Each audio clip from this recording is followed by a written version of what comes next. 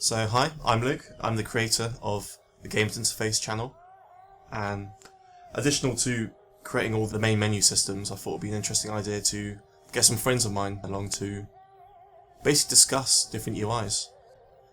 For those who don't know, I'm a game design student in Staffordshire University in the UK, and with me I've brought my friend Matthew, who's also a student on the game design course with me, and my friend Ed, who's actually an art student, and I thought he would be good to talk about some of the bits that me and Matt aren't that familiar with when it comes to art design and that kind of thing. So yeah, hi guys. Hi. Alright. I thought today we could look at Bioshock Infinite as our UI discussion. Awesome game. I don't know if you guys played before. Completed it, yeah. Yeah? No, I've never played it. It's I've played it. amazing game. I don't care what anyone says. Even the ending, I don't care what anyone says.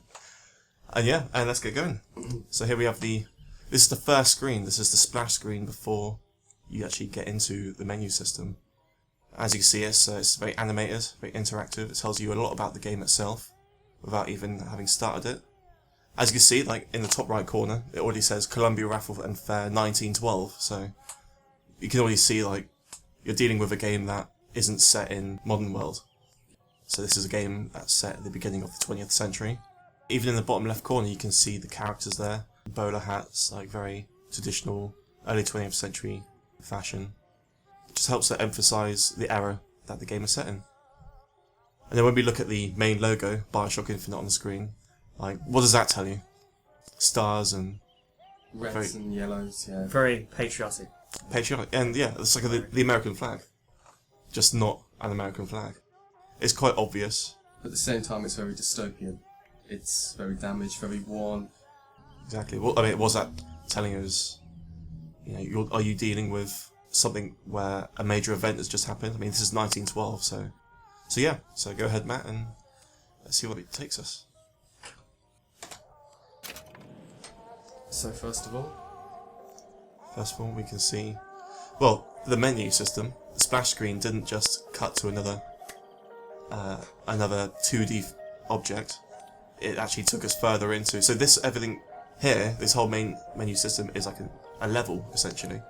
yeah, It's taken us. to an asset within the level, within the game world, yeah. Yeah, so that it's using us as the camera, the audience as the camera, like further into the game. I think something that I've noticed as well is this light here is extremely bright. Mm. And I just that as soon as the game started up, and again you see flags here, lots of uses of red and yellow.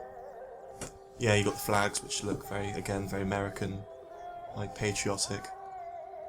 And I think also like that tells me with the way the lighting is, like it's kind of foggy, so it's like you're not sure what's ahead of you. Your path is is blurred. It's welcoming, but at the same time it's quite ominous. There's something out there. Yeah, that I think you it's don't very understand.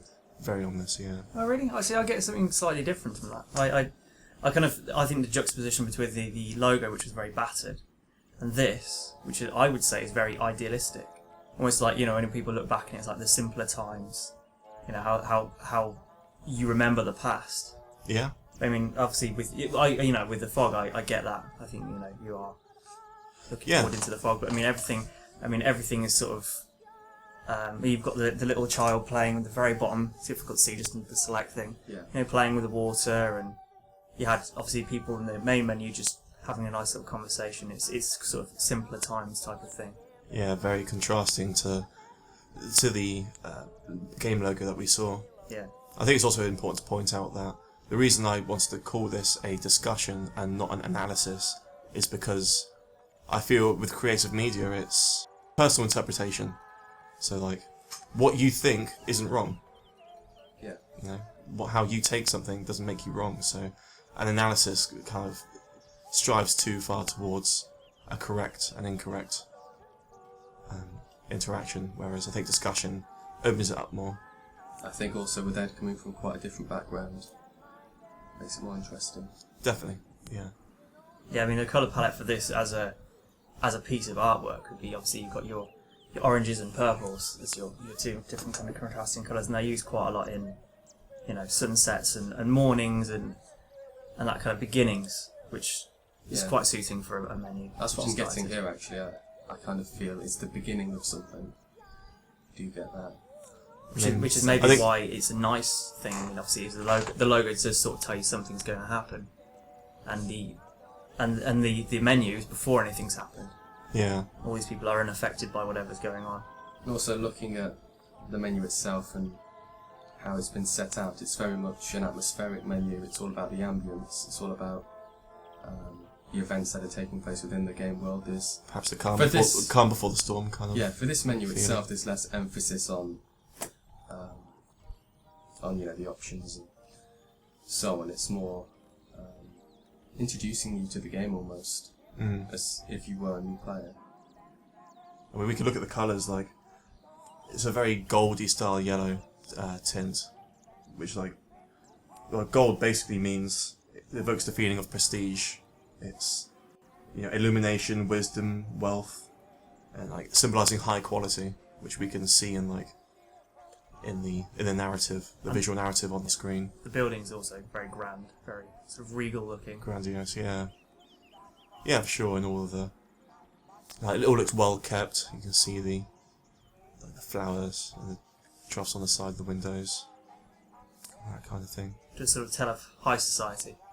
Time to look around, time to play in the water, time to stand and talk.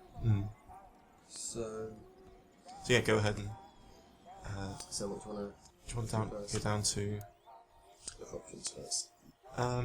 Yeah, check out the language options. So we go, taking you further into the game, into the level of the menu itself, into one of the shops, which looks like, again, classic re-emphasising of the error, the shoe shining, very clean. Got the smoke particle effect there. Yep.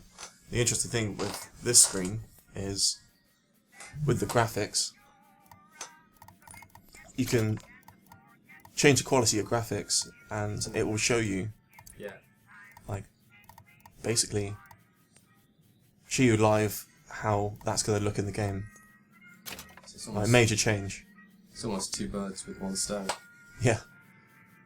Which is like, the user experience there is great. Like, a lot of games you would choose graphics options, And then but you won't know how it's going to look. unnecessary navigation of the menus. You probably got to start the game up and look, Yeah. run a benchmark.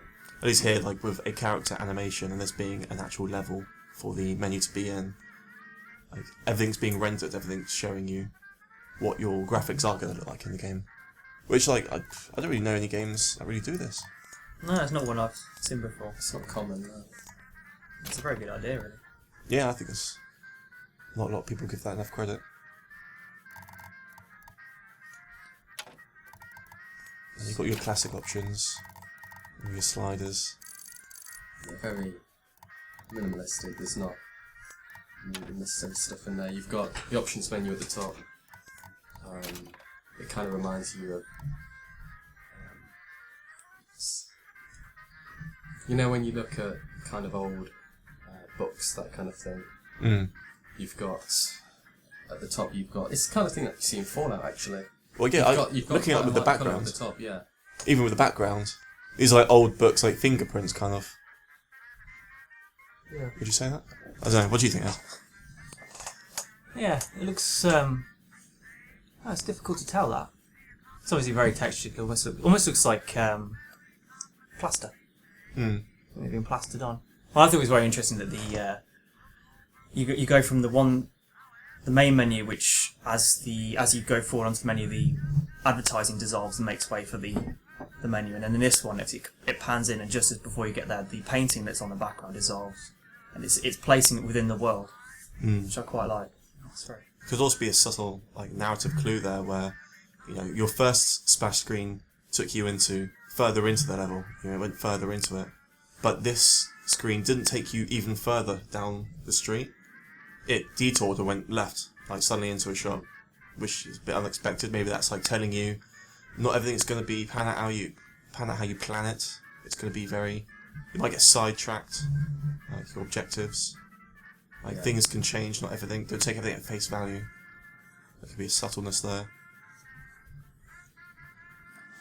I think that's also good as well because I mean something like the options that you're going through don't progress you as such. It is a sort of a side issue, if you know what I mean. Like, I'll go adjust my graphics, adjust my screen, which is something else. Yeah. Yeah, we see that same clean font. And also, it's probably worth noting, like, the text itself, like, very minimalistic, like, very universal. You don't have to say much. You got audio, and that's going to take you to your sound effects, your voiceover, or your dialogue choices. I mean, should subtitles be in audio? That's the classic question for UI designers. Yeah. Where do subtitles go? In this game, obviously, they've chosen Maybe they should audio. have their own menu. But subtitles are a visual thing. Shouldn't that be in? Maybe not graphics, but maybe gameplay. Yeah, gameplay. Actually. Oh, they got art subtitles in this one. I don't even know what's the difference between. We're looking at writing in the critical objects displays. Oh, okay. So that's on that's spatial. So let's move on to the next menu. I'm trying to think where I've seen, and I know I've seen it somewhere. This sort of the edges stuff Cinema. like that, and the cinema. Yeah, cinema. I think almost like silent films. oh yeah. And you do get the Much sound like as that. well. You get the flicker from the projector when you choose options. I think. I do. I'm sure. Heard of some. They're projectorish noises, yeah. But yeah, it's all very silent movie style, And the music comes into that quite well as well. like pre-Art Deco. Which again, of the era. Yeah. Okay, so going back. Very patriotic painting behind there as well. Yeah. Just saw that up Very here. patriotic. Try downloadable content. Oh, so it's all going to the Back into the store. same scene, yeah. Still taking you off the beaten path. So we've got blue in there. A lot of blue. Very patriotic. Animatronic there. Very excitable. And also, I mean, And it's very inviting. Look, his actions are like, come on. Like, yeah. Yeah. I think as well with, I mean, that's really clever putting that next to the downloadable content because it's usually obviously you buy, and he's like the roll up salesman sort of actions. yeah, that kind of figure. And if you look here, the images either side of whatever you've chosen, they've changed. Stars and some kind of a feather or something. They weren't in the other menus. Yeah, that's right. Before, Possibly on just the use other one. I simple think it was arrows, on the other one. Was it? Well, maybe. Have a look. I don't want to click on these because it would load something, but go on chapter. It's very basic. You can tell that developers, they created the menu system and then they just went back to and quickly popped this in. Probably not as much thought into this as the rest. Probably comparable to this screen, actually, is the actual main game. Load chapter. Is this part like the difference? Like here, it's taken the same formula Yeah. for how it looks, just without any visualization. It's just like a copy paste of the same container, really. Yeah. Now, I do like the thought they put into having a little bit of a sentence just to remind you where you are. If you do come back to it after a little while, it reminds you of the story. Yeah, a recap Whereabouts of you're at. your current chapter. This It's his first person as well. Like, Bird and Elizabeth have some kind of connection. If I could put him down, would she let me? Yeah. this So scene that's you. itself That's as you well. taking the position of obviously the main character once you know the story. Yeah. The scene itself, though, I mean, look at all the colour in the scene. Mm. You've got the greens, you've got the particle systems over there on the horse. There's a lot more colour in this scene than any of the others. And it does, like we were saying about the options taking you off to the side, this is on the side of a cart, which is taking you forward, taking you into the story. That's right. Yeah.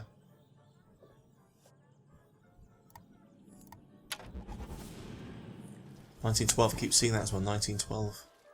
It's really emphasising when and where you are. Yeah, there's definitely a focus on the year. They want you to know it's 1912. That's going to be relevant to the story itself. You can already tell straight away an event happens in 1912. Yeah, for sure. But I think that's it. That's Check out the credits. Or does that just roll the credits? it. Just rolls the credits. But yeah, that's the main menu itself. Like, we got a lot of discussion out of just what we see and what we feel from before even getting into the game, which is really interesting. It's a game you do get a lot of filming, particularly for me. I've not played the game, but I already get an impression of what the game's like and the setting of the game from just the menu. Yeah. So yeah, thanks guys for joining me for this discussion. We got quite a lot out of just talking about the main menu before we got into the game, and next time what we'll do is we'll probably actually play the game and then start breaking down like how the UI works and everything. So yeah, thanks. It's been a pleasure. You're welcome.